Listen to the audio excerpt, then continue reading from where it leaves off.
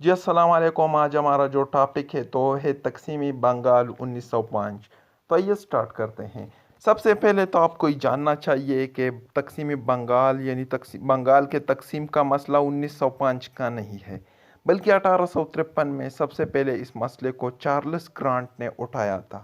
لیکن وہ اس کے تقسیم میں کامیاب نہیں رہے اور آخر کار یہ مسئلہ 19ویں صدی کے آخر تک جاری رہا، لیکن کوئی بھی اسے عملی جامہ پہنانے میں کامیاب نہیں ہو سکا، اور آخر کار 1905 میں لارڈ کرزن نے بنگال کے تقسیم کا اعلان کر دیا، یعنی اس کو مغربی بنگال اور مشرقی بنگال میں تقسیم کر دیا۔ اگر ہم پیچھے کی وجوہات کو دیکھتے ہیں کہ تقسیم کیوں کی گئی، تو سب سے پہلی جو وجہ تھی تو انتظامی امور کا مسئلہ تھا۔ اس وقت بنگال کی آبادی تقریباً 8 کروڑ تھی اور رقبہ جو تھا تو 1,89,000 مربع میل تھا، اور ایک لیفٹیننٹ گورنر کے نگرانی سے ہی باہر تھا۔ مطلب ایک لیفٹیننٹ گورنر کے لیے یہ مشکل تھا کہ اس بڑے صوبے کو کنٹرول کر سکیں، کیونکہ اس وقت تو سڑکیں بھی زیادہ اس کے نسبت کم ترقی ہوئی تھی، تو بس ایک یہی وجہ تھی۔ دوسری وجوہات کو اگر ہم دیکھتے ہیں تو جو مغربی بنگال تھا تو وہاں کے لوگ جو تھے تو وہ امیر تھے، وہاں پہ پیداوار زیادہ ہوتی تھی، اور لیکن جو مشرقی بنگال تھی تو یہاں پہ بھی پیداوار تو زیادہ ہوتی تھی، لیکن یہ مغربی بنگال کے لوگوں کی ملکیت میں تھی۔ تو اسی وجہ سے مشرقی بنگال کی جو بندرگاہ ہوتی تھی تو اس پہ کسی قسم کی تجارت نہیں ہوتی تھی، اور مغربی بنگال کی بندرگاہ پہ ساری تجارت ہوتی تھی۔ تو اسی وجہ سے انگریزوں کا ایک خیال یہ بھی تھا کہ اگر انہیں دو صوبے بنا دیے جائے تو مشرقی بنگال ترقی کر سکتا ہے۔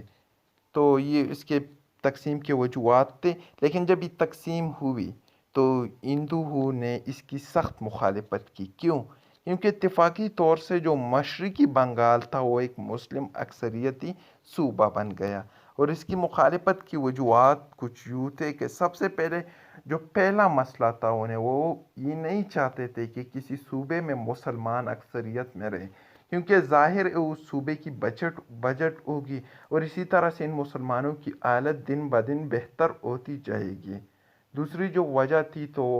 وکلا کی تھی۔ ہندو وکلا جو تھے تو وہ یہ نہیں چاہتے تھے، کیونکہ وہ مغربی بنگال میں رہتے تھے، وہ دونوں مشرقی بنگال اور مغربی بنگال کے کیس لڑا کرتے تھے۔ اب اگر مغربی بنگال جو ہے تو اس سے مشرقی بنگال جاتا ہے تو مشرقی بنگال میں ہائی کورٹ قائم ہوں گے، اور ظاہر ہے وہاں پر وکلاء پیدا ہوں گے، تو ان کی پریکٹس پہ اثر پڑتا، تو وہ اسی وجہ سے اس کی مخالفت کرتے تھے۔ تیسری جو وجہ تھی تو وہ ہندو زمیندار تھے، کیونکہ مشرقی بنگال جو تھی تو وہ پٹسن جو ہے تو وہ زیادہ پیدا کرتی تھی،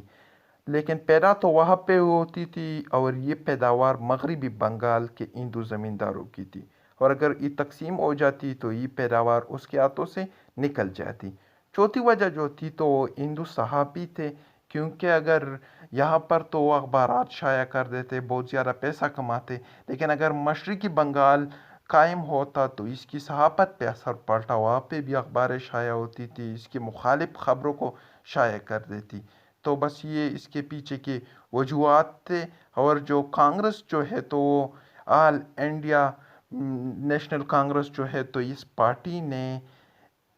جو تھی، یہ پارٹی جو تھی تو اس وقت تو ہندو انتہا پسند جو تھے تو اس پارٹی میں ان کا غلبہ تھا، اور وہ بالکل ہی نہیں چاہتے تھے کہ بنگال کی تقسیم ہو جائے۔ تو یہی وجہ ہے کہ مسلمانوں کو ان سے مایوسی ہوئی۔ لیکن جب یہ تقسیم ہوئی تو کیا ہوا؟ ہندوؤں نے ایک تحریک شروع کی جس کو سودیشی تحریک کے نام سے جانا جاتا ہے۔ سودیشی تحریک بیسیکلی کیا تھا؟ یہ برطانوی مال کا بائیکاٹ تھا۔ ہندوؤں نے برطانوی مال کا بائیکاٹ کیا، اس کی خرید و فروخت پر مکمل پابندی لگا دی، اور جن دکانوں میں برطانوی سامان ہوا کرتا تھا تو اس کے سامنے وہ بیٹھ جاتے تھے، دھرنے شروع کرتے تھے، حتیٰ کہ یہاں تک کہ وہ ان سامان کو باہر پھینکتے دکان سے، اس کو آگ لگاتے، اور اسی طریقے سے پوری دکانوں کو جلا دیتے تھے، اور جو گھریں ہوا کرتی تھی وہاں پر برطانوی سامان ہوا کرتا تھا تو ان کے گھروں میں ڈاکے ڈالتے تھے اور اس سامان کو چوری کر دیتے، یعنی برطانوی